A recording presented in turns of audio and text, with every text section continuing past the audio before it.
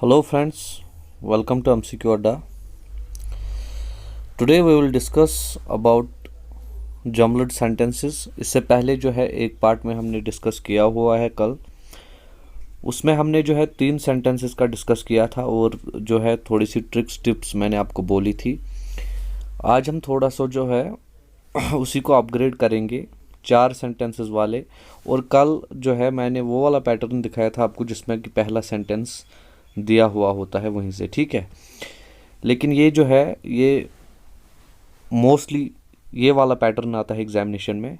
इसमें जो है आपको 4 सेंटेंसेस मिलते हैं और चारों जो है उन्हीं को आपस में जो है रीअरेंज करके एक मीनिंगफुल सेंटेंस बनाना होता है, ठीक है। सो आई होप अगर आप पहली बार आए हैं तो आप पहले वो वाला लेक्चर देख लीजिए, उसके बाद ही इस पे आए, क्योंकि मैंने जो है लॉजिक टिप्स जो है मैंने कल आपको समझा दी थी, ठीक है। चलिए स्टार्ट करते हैं आज का सेशन। देखिए, इन the winter time the 2022 world cup in Qatar would be staged will not be held in June and July but. चलिए ये क्वेश्चन है, ये हमारे ऑप्शंस। आप फ्रीक्वेंसी पे जाए तो बी आपको दिख रहा है, बी को हम चेक करेंगे पहले। सो बी है कि the 2022 world cup in Qatar will not be held in June and July but would be staged in the winter time, ठीक। सो और भी कोई तरीका है क्या इसमें? देखिए, इन द विंटर टाइम हो सकता है, लेकिन क्या किसी ऑप्शन में जो है ए पहला पार्ट है यहाँ पे है, हम इसको चेक करेंगे, क्रॉस चेक करेंगे पहले। इन the winter time will not be held, ये तो होगा ही नहीं, कट गया ये वाला। सो अब आपको जो है कंफर्म हुआ। देखिए, विल नॉट जो है वुड बी स्टेज्ड जो है सी जो पार्ट है, ये भी पहला सेंटेंस तो है नहीं, तो ये वाला भी आपका कट गया। मतलब बी ही आपका जो है पहला सेंटेंस है। अब बी अगर आपका पहला सेंटेंस है तो मैंने आपको बोला, समझाया था कल कि इसके बाद जो है लिंकिंग प्रोसेस स्टार्ट करना चाहिए, ठीक है। लिंक करना सीखिए। देखिए, the 2022 world cup in Qatar, अब इसके बाद would be staged in the winter time will not be, हो ही नहीं सकता ये चीज़। The 2022 world cup in Qatar will not be है ना, डायरेक्टली जो है मिल रहा है इसके साथ। will not be held in July, will not be held in June and July, but would be staged in the winter time. So सबसे last में हमारा ए रहेगा, तो ये हमारा ऑप्शन। देखिए, और एक चीज़ मैं आपको यहाँ समझाऊंगा। अब फॉर एग्जांपल आपको ये क्लिक नहीं हो रहा है यहाँ पे कि आपको ये तो मिल गया कि the 2022 world cup in Qatar, लेकिन आपको कन्फ्यूजन हो रहा है कि दूसरा सेंटेंस विल नॉट होगा या वुड बी स्टेज्ड होगा, या मतलब आपको दूसरा सेंटेंस जो है क्लिक नहीं हो रहा है। लेकिन आपको ये तो पता है ना, देखिए जो डी है, डी पार्ट जो है will not be held in June and July but है, तो ये लास्ट वाला सेंटेंस तो हो ही नहीं सकता, मतलब ये कहीं बीच में है। और जो 2 ऑप्शंस आपके पास बचे हुए हैं उसमें आप देखिए, एक में लास्ट में डी दिया है, तो डायरेक्टली ये वाला वहीं पे कट जाएगा। आप बिना इसको जो है ठीक किए यहीं पे आप आंसर टिक कर सकते हो, ठीक है। चलिए,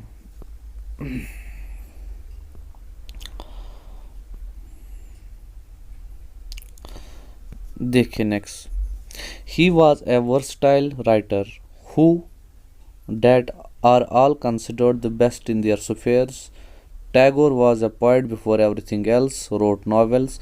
तो जैसे आपने पढ़ा, सो डायरेक्टली आपको समझ आ गया किसी पोएट के बारे में बात हो रही है और टैगोर के बारे में बात हो रही है, रविंद्रनाथ टैगोर। तो पहला सेंटेंस तो रविंद्रनाथ टैगोर का ही होगा ना, obviously.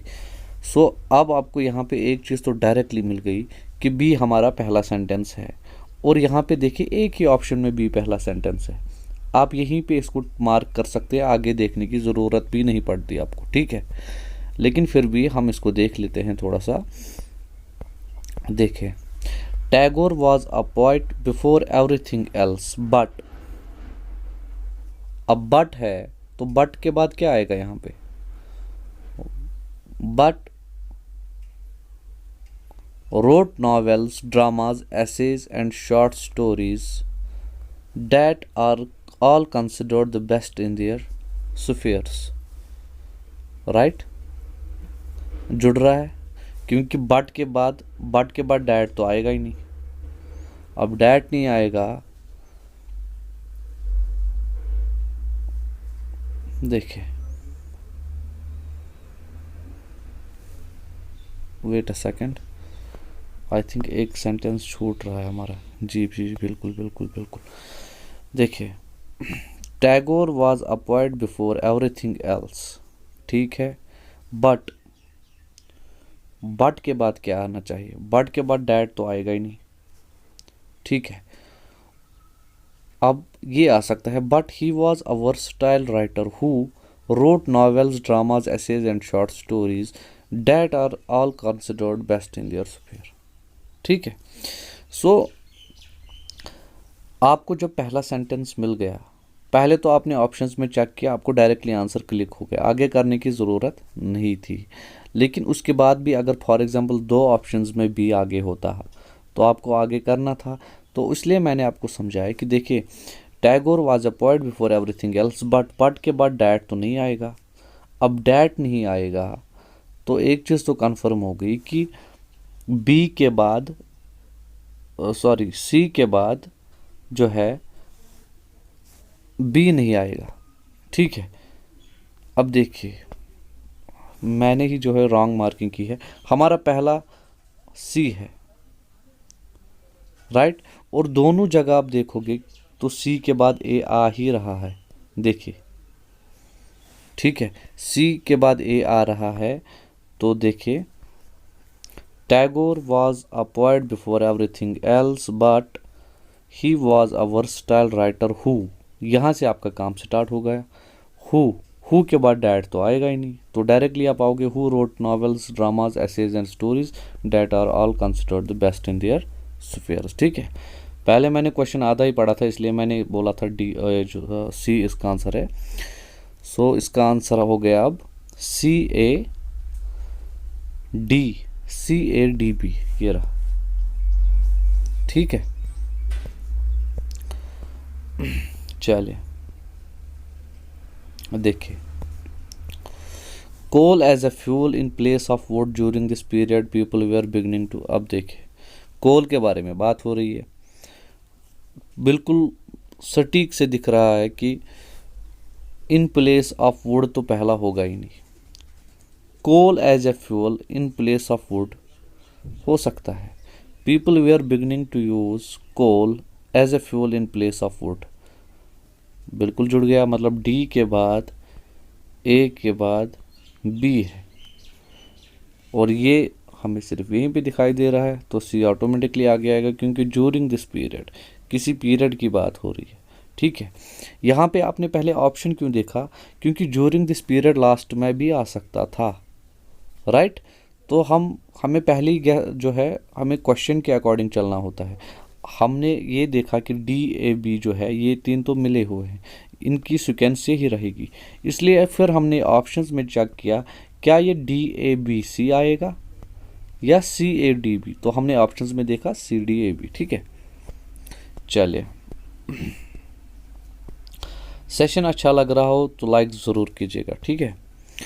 From the mountains to see the gentle flow of the river it is very pleasant, बिल्कुल ये तो बिल्कुल सिंपल है, पॉज करके खुद कीजिए। फ्रीक्वेंसी से भी अगर आप जाओगे तो आप देखोगे यहाँ पे फ्रीक्वेंसी में पहले बी और डी है, डी है इट इज़ वेरी प्लेजेंट, और बी है to see the gentle flow, तो to see the gentle flow तो पहला होगा ही नहीं, सिंपल सी बात है, तो ये वाले 2 कट गए पहले ही। फिर देखिए, it is very pleasant from the mountains to see the gentle flow of the river, ऐसा भी आ सकता है। ये क्या बन रहा है फिर, डी ए बी सी, क्या ये हमारा कहीं पे ऑप्शन है? जी नहीं। It is very pleasant to see the gentle flow of the river from the mountains, ऐसे भी हो सकता है, तो ये हमारा लास्ट में आएगा फिर, और ये हमारे पास ऑप्शन है DBCA। ठीक है, चलिए क्रॉस चेक करना बहुत ज़रूरी है और जल्दबाजी नहीं करनी है इसमें। ठीक है, देखिए अब question, bestowed with indifference with kind words is much more a small gift accompanied acceptable than a large। अब देखिए गिफ्ट की बात हो रही है, इतना तो डायरेक्टली दिख रहा है। फ्रीक्वेंसी से भी अगर आप जाओगे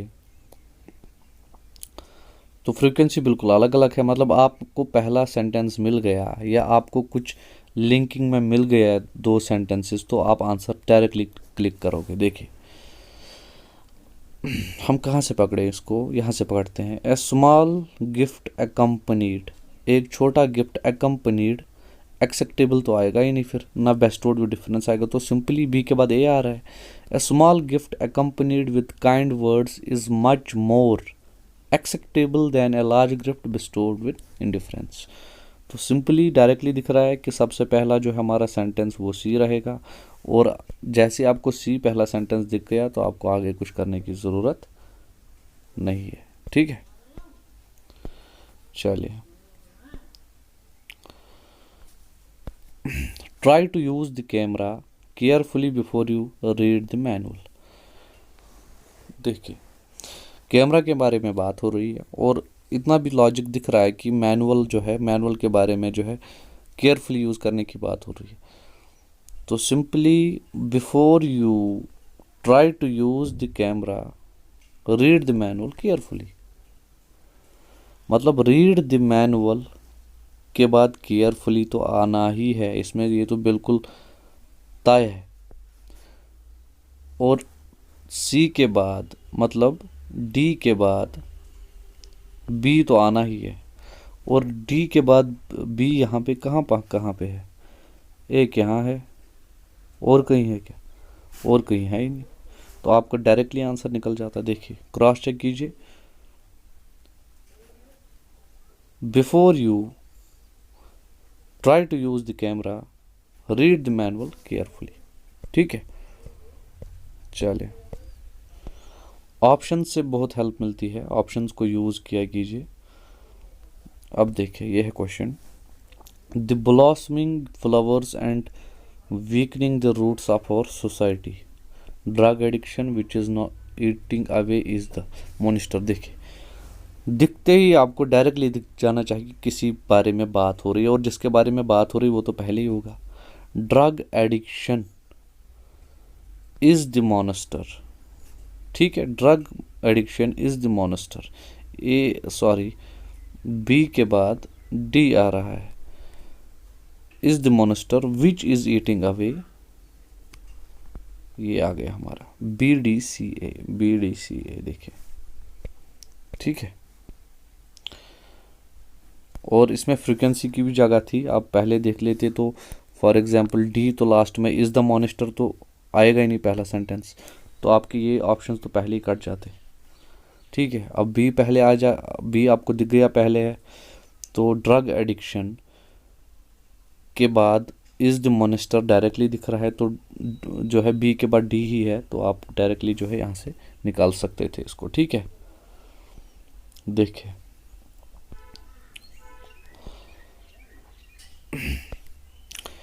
पहले पास किया कीजिए, खुद कोशिश कीजिए, उसके बाद आंसर देखिए। ठीक है, ज़्यादा उससे जो है हेल्प आपको मिलेगी।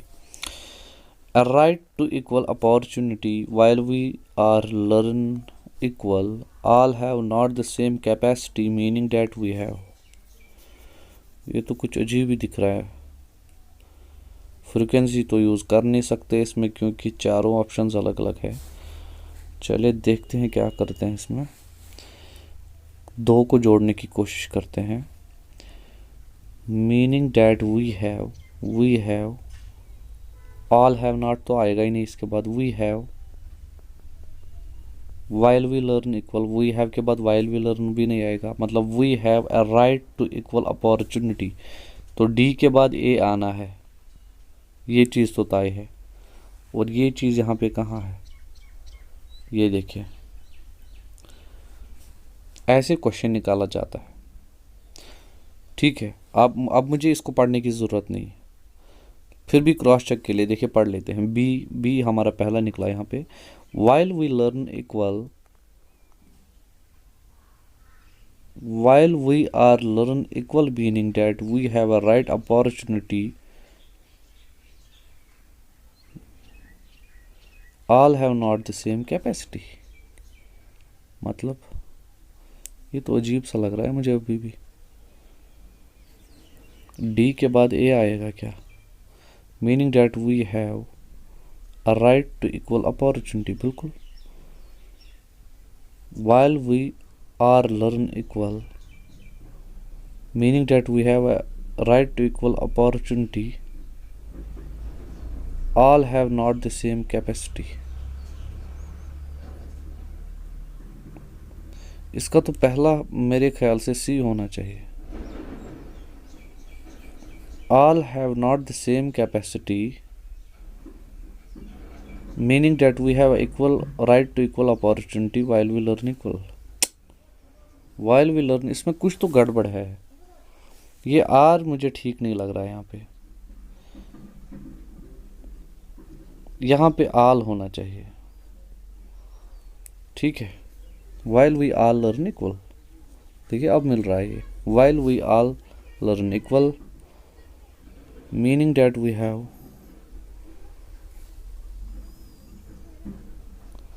all have not the same capacity, a right to equal opportunity,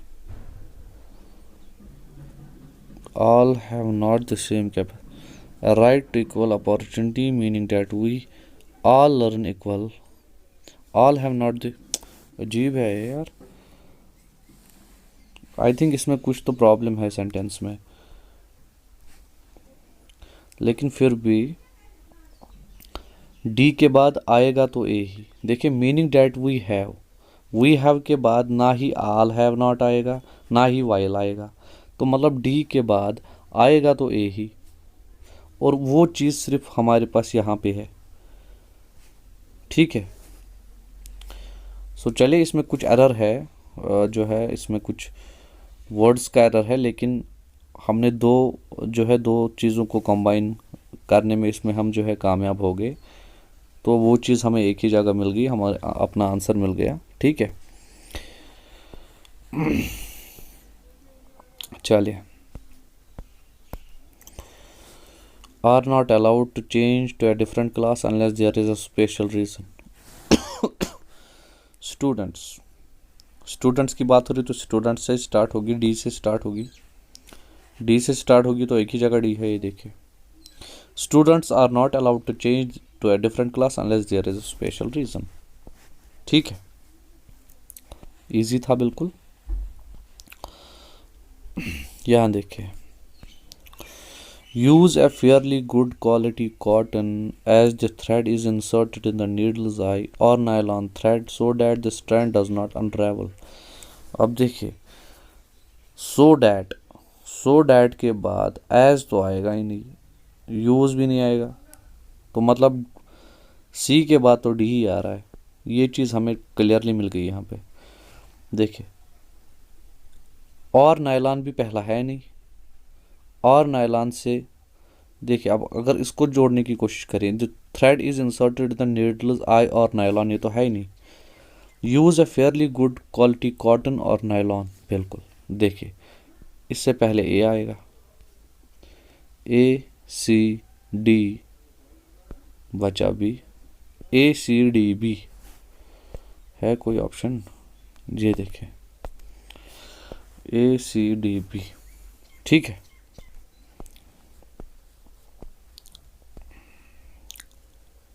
चले पॉज करके खुद सॉल्व कीजिए पहले। Is often worse than to make him sad to hurt a person's heart breaking his head. मतलब ऊपर से दिख रहा है कि ऐसा हो रहा है कि इंसान का सर फोड़ना ही अच्छा है कि इंसान का दिल तोड़ने से, right. So is often worse than breaking his heart, बिल्कुल, breaking his head. To make him sad, to hurt a person's heart, नहीं, to hurt a person's heart, to make him sad is often worse than breaking his head. बिल्कुल। चलिए options में देखते हैं हम। सबसे पहले हमें अगर फॉर एग्जांपल बिल्कुल भी कुछ यहाँ पे जुड़ ही नहीं रहा, कुछ नहीं पता हमें, तो हम कैसे जो है स्टार्टिंग कैसे लें इसकी, किसको जोड़ें? To break a person's heart, to make him sad. अब ये देखिए, ये चीज़ आपको क्लिक तो हो ही जाती, इज ऑफन वर्स दैन के बाद तो आएगा ही नहीं, ना यहाँ पे आएगा ना यहाँ पे आएगा। तो is often worse than breaking his head, ये चीज़ तो क्लियर है यहाँ पे कि ए के बाद डी ही आना है। और ए के बाद डी कहाँ कहाँ पे आता है? एक तो यहाँ आता है, एक तो यहाँ आता है, ये दो तो कट गए पहले ही। ठीक है। इज ऑफन वर्स दैन, ये चीज़ सिंपल है कि ये तो पहला सेंटेंस नहीं है, मतलब इससे पहले ही कुछ है। और इससे पहले यहाँ ये पहले दिए हुए हैं, तो ये भी कट गया, तो ये आपका डायरेक्टली आंसर निकल गया। ठीक है।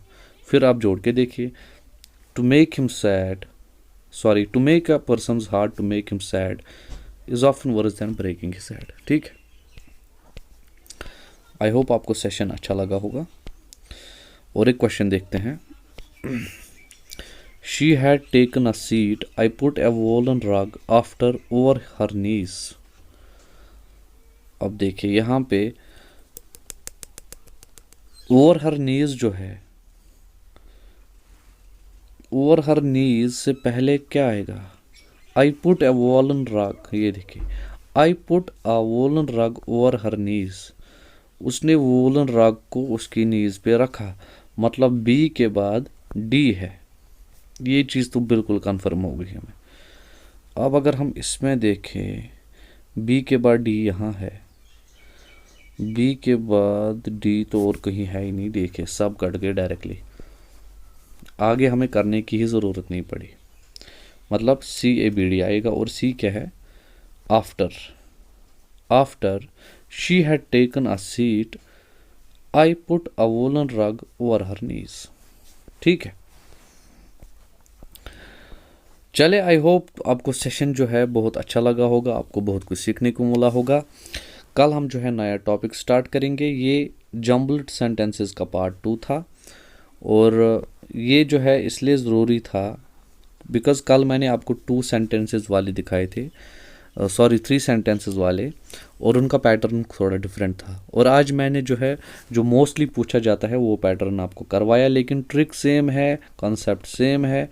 और फिर से मैं वही बात रिपीट करूँगा कि कम से कम 15 मिनट, मैं आपको पहले से बोल रहा हूँ, जब से मैंने सिलेबस डिस्कस किया, कम से कम 15 मिनट डेली रीडिंग पे दीजिए। चाहे कुछ भी पढ़िए आप, इंग्लिश लिखी होनी चाहिए, बस वो पढ़िए, उसको समझने की कोशिश कीजिए कि क्या लिखा है। तो आपके माइंड में एक रिदम बनेगा। ठीक है। रिदम बन गया आपके माइंड में, फिर आपको एरर्स भी दिख जाएंगे दूर से। ठीक है। आप देखिए, जो आर्टिकल्स है, ठीक है, जो पंक्चुएशन है, जो प्रपोजिशन है, रीअरेंजमेंट ऑफ जम्बल्ड सेंटेंसेस है, पैराग्राफ राइटिंग है, कॉम्प्रहेंशन है, ये सारी चीज़ें आपकी इन 15 मिनट में हो जाएंगी। ट्रस्ट में, आपको कुछ पढ़ने की ज़रूरत नहीं पड़ेगी। हाँ, ऐसे देखिए इंग्लिश में कुछ ऐसे टॉपिक हैं जैसे साइनोनिम्स है, जैसे pairs of word and they are use in a meaningful sentences हैं, वो चीज़ें करवाने लायक हैं अलग से, वो मैं मानता हूँ। लेकिन आपके 14 टॉपिक्स में से आपके कम से कम 8 टॉपिक जो हैं वो आपको इन 15 मिनट में हो जाएंगे, जो आप 15 मिनट दोगे रीडिंग में। आपकी इंग्लिश जो है स्ट्रांग हो जाएगी, और बहुत कुछ आप जो है गेन करोगे। ट्रस्ट में, आपको ग्रामर खोलने की ज़रूरत नहीं पड़ेगी। देखिए दो चीज़ें हैं, या तो रट्टा मार के ग्रामर सीख लो, ठीक है, या तो इंग्लिश लैंग्वेज सीख लो।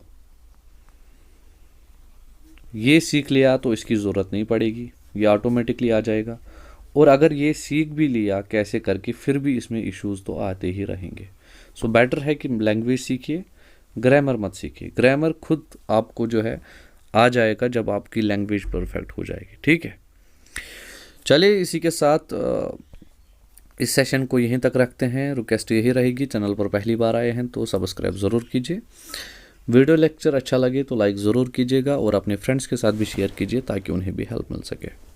चलिए, थैंक यू वेरी मच।